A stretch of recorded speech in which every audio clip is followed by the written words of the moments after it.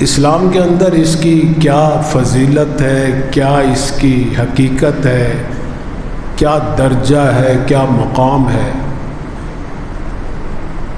آپ اس کے نام پر بھی اگر غور کریں گے تو آپ کو معلوم ہو جائے گا کہ یہ مہینہ بڑا عزت والا ہے، فضیلت والا ہے، اس لیے کہ اس کا نام ہے محرم، اور پورا نام ہے محرم الحرام۔ محرم کا معنی ہے حرمت دیا گیا، عزت دیا گیا، تعظیم کیا ہوا، عظمت دیا ہوا، اور پھر محرم کے بعد حرام کا بھی یہی معنی کہ بڑی حرمت والا ہے یہ مہینہ۔ جیسے مسجد حرام ہے، وہ اللہ کا گھر جو بڑی حرمت والا ہے پورے روئے زمین کے اوپر۔ کیوں یہ فضیلت والا ہے، کیوں حرمت والا ہے؟ بعض لوگ سمجھتے ہیں کہ اس میں شہادت حسین کا واقعہ جو پیش آیا نا، اس وجہ سے حرمت والا۔ نہیں، اس وجہ سے نہیں، بلکہ یوں کہیے کہ شہادت حسین کو فضیلت حاصل ہو گئی جو اس مہینے میں واقع ہوئی،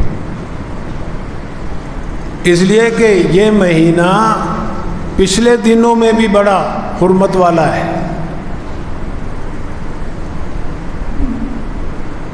اس لیے کہ اسلام سے پہلے عرب والے کفار مکہ بھی اس مہینے کا بڑا احترام کرتے ہیں۔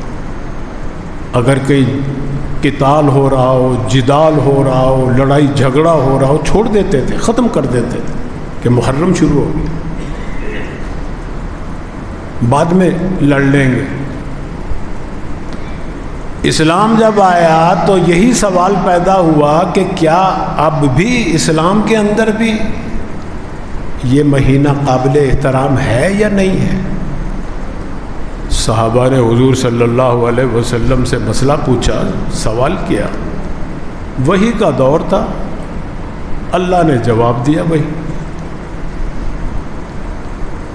فرمایا کہ یسألونک عن الشہر الحرام قتال فیہ، آپ سے سوال کرتے ہیں، مسئلہ پوچھتے ہیں کہ اس مہینے میں لڑائی کرنا، قتال کرنا کیسا ہے؟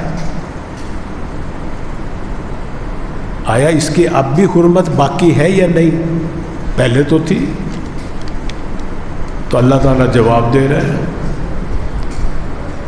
فرمایا کہ یسألونک عن الشہر الحرام قتال فیہ قل قتال فیہ کبیر، اے ہمارے نبی آپ ان کو بتلا دیجئے کہ اس مہینے میں اب بھی قتال کرنا، لڑائی کرنا، جھگڑا کرنا گناہ نہیں ہے، گناہ کبیرہ ہے، بڑا گناہ ہے۔ اس لیے کہ یہ مہینہ ان 4 مہینوں میں سے ایک ہے کہ جن کی ذات کے اندر اللہ نے فضیلت اور حرمت رکھی ہے، اس وقت سے جب سے زمین و آسمان کو اللہ نے پیدا کیا۔ اس لیے کہ اللہ تعالیٰ خود فرما رہے ہیں کہ جب سے میں نے زمین و آسمان کو پیدا کیے 12 مہینے بنائے سال کے، اور ان 12 مہینوں میں 4 مہینے منہا 4 حرم، 4 مہینے حرمت والے ہیں۔ وہ کون سے ہیں؟ اب سارا قرآن پڑھ لیجئے، آپ نہیں پتہ چلے گا تو آپ کے چینلوں پہ یہ آتا ہے نا قرآن کافی ہے، اہل قرآن کہلاتے ہیں اپنے آپ کہ جی حدیثیں تو بعد میں بنی ہیں۔